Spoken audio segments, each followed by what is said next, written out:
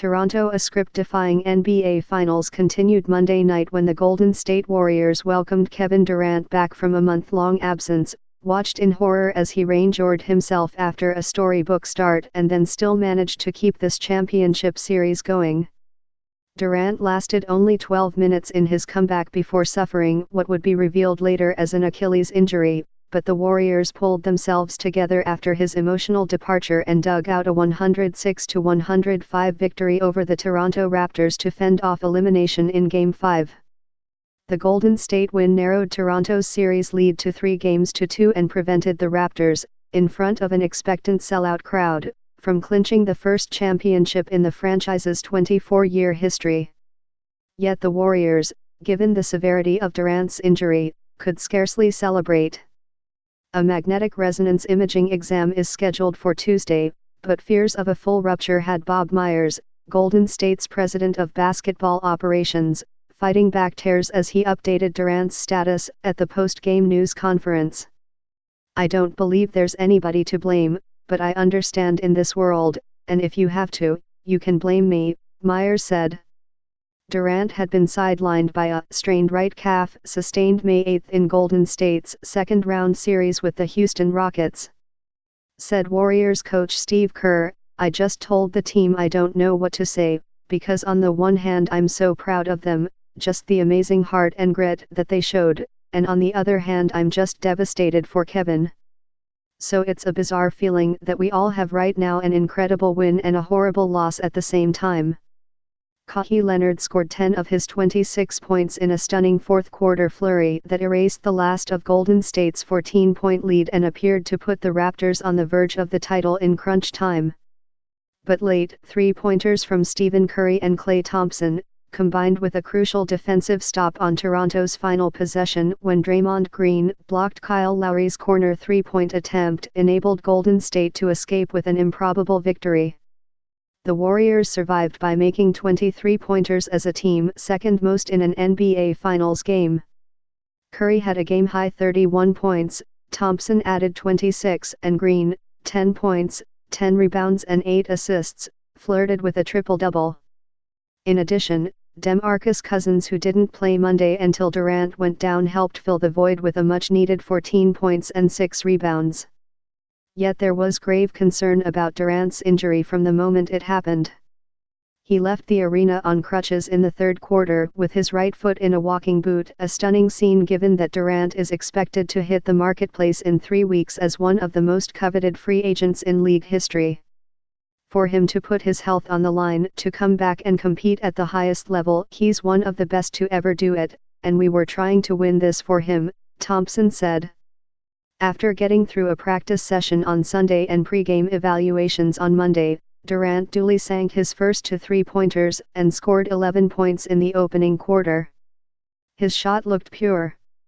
He was moving fluidly until, without warning, his night ended almost as quickly as it had started. Durant's right leg buckled just over 2 minutes into the second quarter as he attacked Serge Ibaka on the dribble from beyond the three-point line on the right wing. Durant gave up his dribble when he felt the pain and quickly fell to the floor, clutching his lower right leg. He was helped to the locker room by Andre Iguodala and Curry, with opposing Raptors such as Danny Green, Lowry and Ibaka so shaken by the incident that they motioned to the Scotiabank Arena spectators, some of whom had begun to cheer when Durant went down, to be quiet. The Warriors had won their first 5 games after Durant's injury, including a sweep of the Portland Trail Blazers in the Western Conference Finals.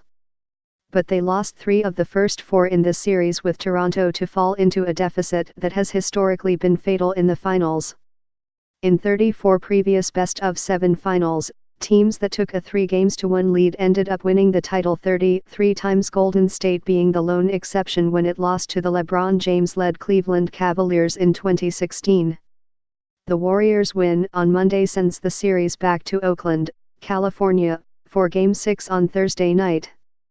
It remains to be seen, though, how much Golden State will have left, both physically and emotionally, after the effort expended to extend the series in the wake of losing Durant again. The Warriors also had to play much of the second half without the reserve center Kevon Looney, who returned to the lineup in Game 4 to try to play through chest and shoulder injuries but was clearly laboring in Game 5.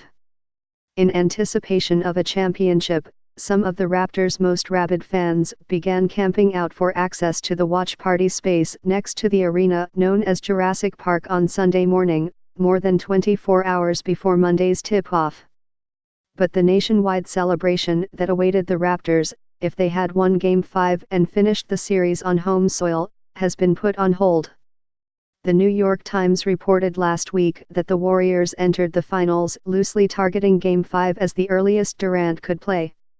News reports that a comeback was possible in Game 3 or Game 4 appeared to spawn some frustration within team circles when it didn't happen, as Kerr acknowledged at Monday morning's shoot-around.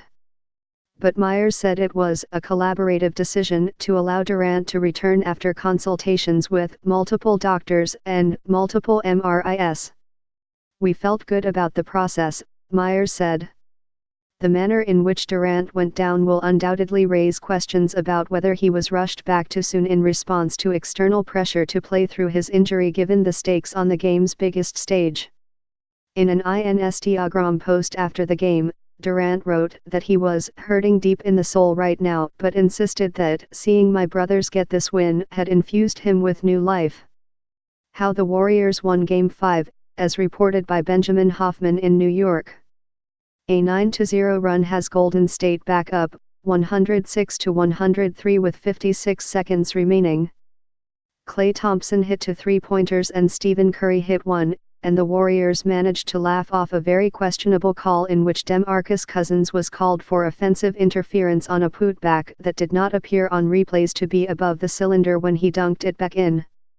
In the Warriors' run, Kawhi Leonard missed a pair of shots and Kyle Lowry missed once, opening the door for Golden State to somehow survive what had been a truly epic explosion from Leonard.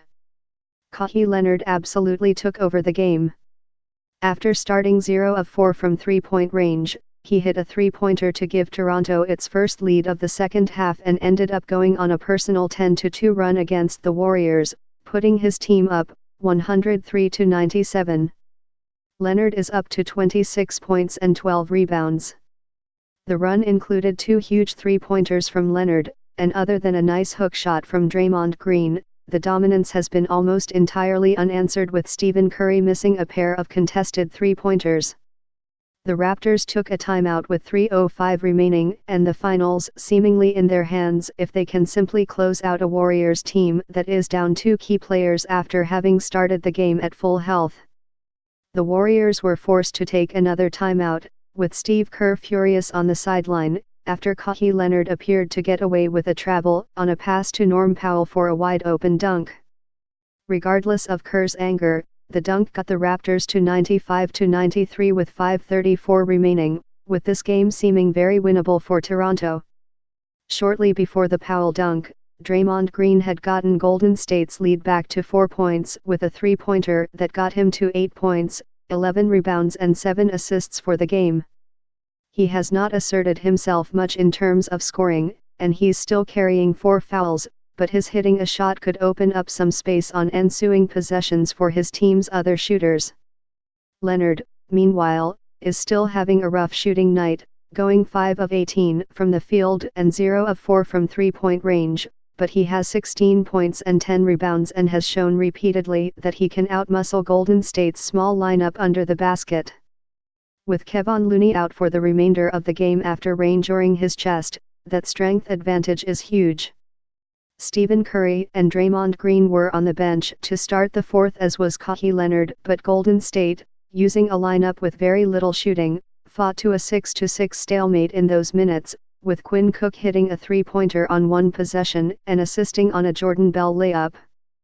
The Stars came back in after a 2-minute 34-second rest and Toronto, with a Kyle Lowry three-pointer and a Serge Ibaka dunk on either side of a Curry layup, got the deficit down to 92-89 with 7:59 left, forcing Steve Kerr to call a timeout. While no update on Durant's injury has been issued, video was shown of the star forward leaving the arena in a walking boot. Scott Cacciola, the Raptors have their own superfan. No, really, he calls himself a superfan. His name is N.B.A, and he's an area car dealer and longtime season ticket holder whom I profiled several years ago. He's become a celebrity in the Toronto area, never more so than during the team's run to the finals this season. Anyway, as I was walking to the arena before the game, I saw Badia stopping for selfie requests with fans about every 5 feet or 1.5 meters. A line eventually formed, and Badia stood there for like 20 minutes to pose for photographs. He eventually made his way inside the arena, where he did several interviews with local television reporters, and now he's courtside in his usual spot for the game of his lifetime. Quite a scene. Badia gave me one of my all-time favorite quotes when I talked to him for that story in 2014, "I'm an addict of basketball. I don't drink. I don't smoke. I don't womanize. But I raptorize. That's it." When you consider how well Golden State has shot from three-point range, and how poorly Toronto has done from long distance, the fact that the game is just 84-78 going into the fourth quarter is fairly shocking. The Raptors have gotten just 14 points from Kawhi Leonard, but they have 5 players in double digits, with the supporting cast taking a star turn at home.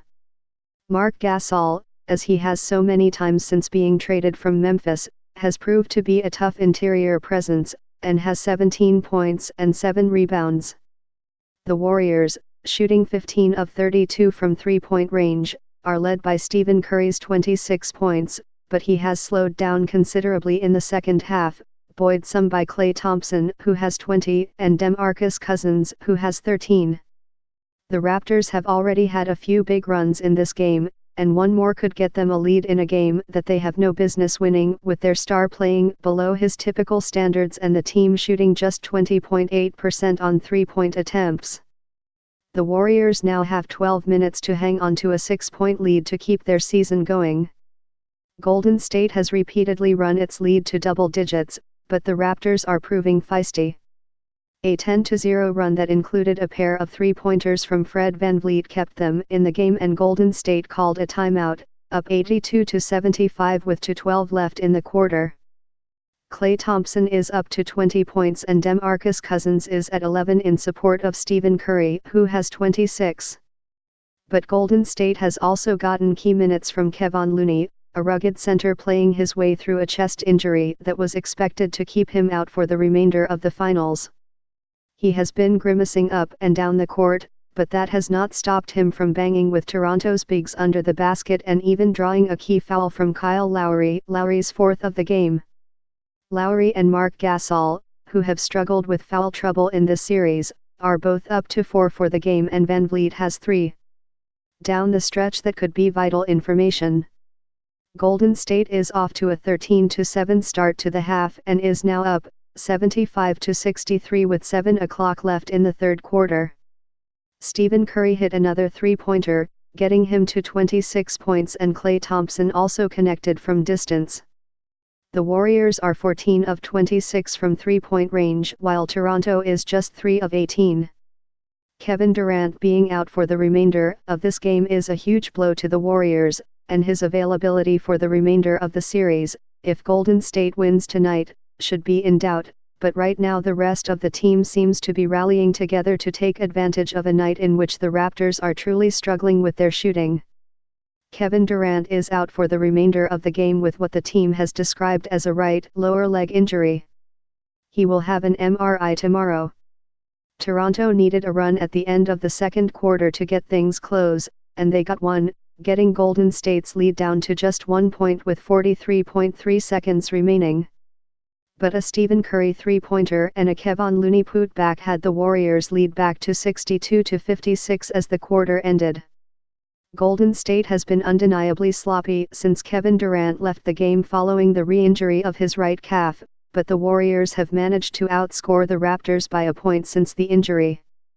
Curry is up to 23 points to lead all scorers, and Klay Thompson has 12, but the key to the resurgence without Durant was undeniably DeMarcus Cousins, who has 9 points and 5 rebounds in just 6 minutes of action, looking as dominant as he has at any point in his time with the Warriors. Marc Gasol leads Toronto with 15 points, and Kawhi Leonard has 13 points, 6 rebounds and 5 assists. The key to the second half may be foul trouble. Golden State's Draymond Green has 3 fouls and already has a technical, so he will have to be on his best behavior, but Toronto's Kyle Lowry and Fred VanVleet also have 3 fouls each. As the Raptors like to send bodies at Curry repeatedly to try to frustrate the dominant shooter, having 2 of the players charged with that task in foul trouble could give Curry some room to work. No official announcement has been made about the status of Durant in the second half, but based on his vocal frustration as he walked off the court, a return seems unlikely. Toronto has muscled its way back to a 6-point disadvantage, 54-48, with 3:28 remaining in the half thanks to some tough play from their players and some sloppiness on behalf of Golden State. Stephen Curry turned the ball over 2 more times, DeMarcus Cousins missed a few free throws, and, most important, Draymond Green picked up his 3rd foul of the game, then, after arguing with officials, got his 6th technical foul of the playoffs. 1 more and he will receive a 1-game suspension. Kawhi Leonard is starting to assert himself, and is up to 11 points. Marc Gasol leads the Raptors with 13. DeMarcus Cousins had yet to check in before Kevin Durant was injured, but the former starter came in shortly afterward and made 3 quick baskets, including a wide-open 3-pointer. He also fought hard for a few rebounds. Thanks to that injection of energy, the Warriors' lead had actually increased to 48-37 when Nick Nurse called a timeout for Toronto. The key for Golden State has been getting a 3rd offensive option going alongside Stephen Curry and Klay Thompson, and if Durant can't be that option, this is the time for Cousins to step up. There are still more than 7 minutes left in the second quarter, and a tough home team like the Raptors will want to head into halftime on some sort of run, and to do that they are either going to need to slow down Golden State's shooters or start getting more production from Kawhi Leonard, 6 points, Pascal Siakam, 6, or Kyle Lowry, 2. The fans in Toronto initially cheered loudly when it became clear that Durant was injured, but Kyle Lowry and some of the Raptors were fairly demonstrative in their support of the frustrated star, and the crowd at Scotiabank Arena quieted considerably. Scott Cacciola, what a wild first half. I feel like the crowd is trying to process everything that's already happened while enjoying the hip-hop stylings of Baka Not Nice during this timeout. Baka Not Nice is signed to Drake's record label, which is probably not a total coincidence. Kevin Durant tried to drive past Toronto's Serge Ibaka and ended up simply letting Ibaka take the ball as he collapsed to the ground, grabbing his right calf in pain. The Warriors star, who has been so brilliant in his return, was immediately taken off the court and will have the calf examined, but a return to the game seems extremely unlikely considering how severe the strain had been and how much time he'd missed with it the first time around. Golden State is up, 39-34, but much of that seemed to be momentum on both ends of the court caused by Durant's return. If he cannot play, the series could be as good as over. Between the first and second quarters, Steve Kerr was asked by ABC's Doris Burke about Durant, and the Warriors coach gushed about his star. "He's pretty good, I think," Kerr said. "He just changes the whole game with his shot making and the attention he draws from the defense." Scott Cacciola, no concert between the first and second quarters, but Vince Carter was introduced along with several other former Raptors at center court and was greeted by an enormous ovation. It was probably even louder than the ovation Wayne Gretzky got earlier in the game, which is a sign of how much Carter still means to fans in the Toronto area and impact that he had on popularizing the sport in Canada. Raptors was a second-year player for the Raptors when he won the N.B.A.'s Slam Dunk Contest in 2000, and it was a seminal moment for a lot of Canadian children like Jamal Murray, who was just 3 years old at the time and told me that the dunk contest was one of his earliest memories. "I would try to go between the legs just like him," said Murray, who emerged as a star for the Denver Nuggets this season. After Stephen Curry put Golden State back in the lead with a free throw, the Warriors closed the quarter strong, up 34-28. Kevin Durant continued to look like he's somewhere near 100%, hitting his third three-pointer of the game, on 3 attempts, and showing some extra effort, diving over Serge Ibaka for a loose ball and getting into a war of words with Fred VanVleet after Durant had been called for a reach-in foul on the small guard. Curry leads all scorers with 14 points, Durant has 11, and Draymond Green even got Indiana the action with an open three-pointer, with Golden State shooting 7 of 10 from three-point range in the quarter.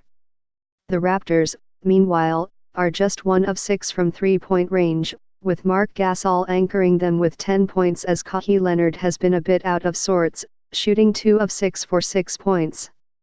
Considering the shooting advantage, the Raptors have shown a great deal of fight in this game, and even a mild downturn in Golden State's shooting, or an uptick in Toronto's, could change the lead quickly.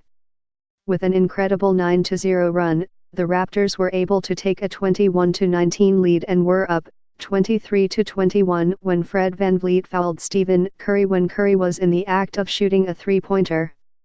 Curry hit his first 2 attempts before a timeout was called, tying the score at 23-23, but Toronto appears to be taking advantage of a stretch in which Kevin Durant is out resting his calf. The scoreless run for Golden State had included turnovers from Curry, Kevon Looney and Klay Thompson, with Marc Gasol proving particularly disruptive on the defensive end. Scott Cacciola, Marc Gasol is having a huge first quarter for the Raptors.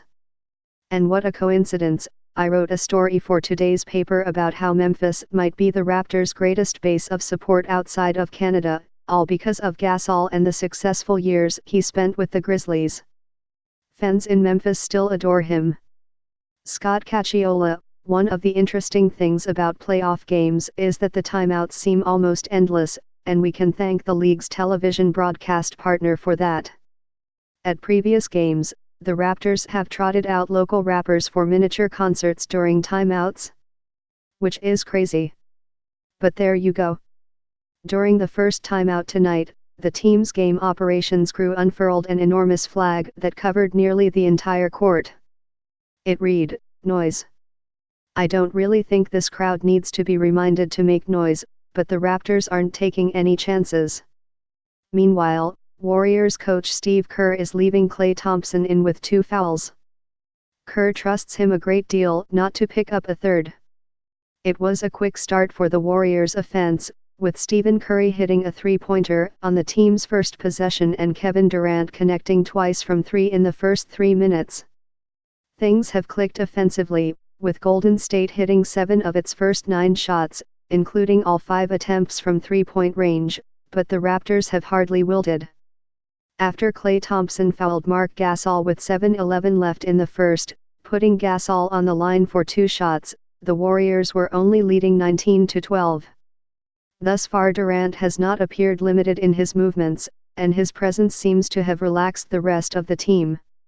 With Kevin Durant back, the Warriors went with their small starting lineup, the Hamptons 5-some with Draymond Green, Andre Iguodala, Stephen Curry and Klay Thompson starting alongside Durant. Durant, as he had been doing before his injury, lined up for the tip, timed the first attempt poorly and then was out-jumped by Toronto's Marc Gasol for the ball.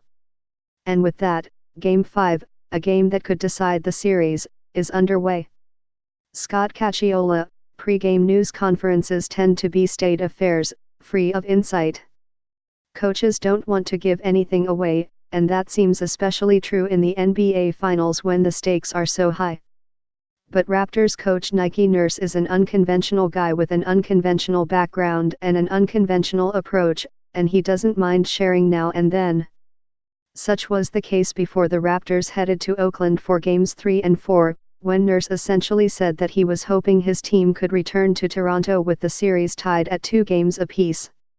Instead, the Raptors returned with a 3-1 series lead. So before tonight's game, Nurse gave a lot of the credit to Kawhi Leonard, not necessarily for Leonard's play on the court, though his play has been extraordinary, but for some choice words that Leonard shared with his teammates in the locker room before their trip to the West Coast. "I was like, all we got to do is go get one," Nurse recalled. And Kawhi said, expletive that, "Let's go get them both." Yes, Nurse actually said expletive. One can assume Leonard used a different word. Warriors/Raptors. Stephen Curry/Kyle Lowry. Klay Thompson/Danny Green, Kevin Durant/Kawhi Leonard, Andre Iguodala/Pascal Siakam, Draymond Green/Mark Gasol.